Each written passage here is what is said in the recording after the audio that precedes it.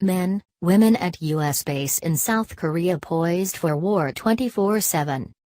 OSAN Air Base, South Korea, with the stakes on the Korean peninsula as high as they have ever been, live for the men and women here with the U.S. Air Force's 51st Fighter Wing is lived in a state of constant alert. South Korea has no nuclear weapons, so it relies on the United States nuclear umbrella to deter North Korea and its erratic leader, Kim Jong Un.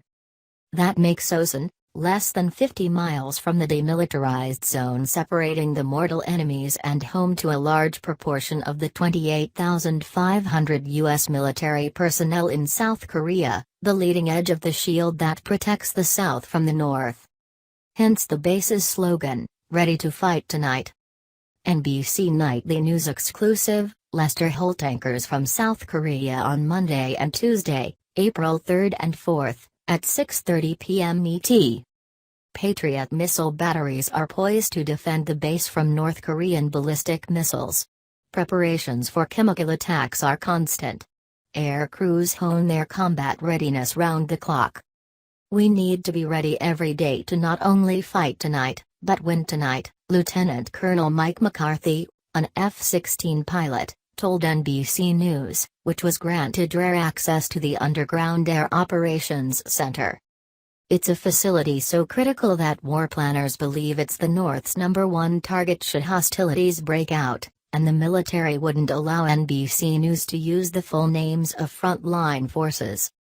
As a pilot identified only as Captain Mike embarked on an 8-hour reconnaissance mission in a U-2 spy plane, a lieutenant colonel named Dane said, "It's a constant tempo. We are very busy all the time, and I think in the last 10 years we've been the busiest we have ever been in this airplane.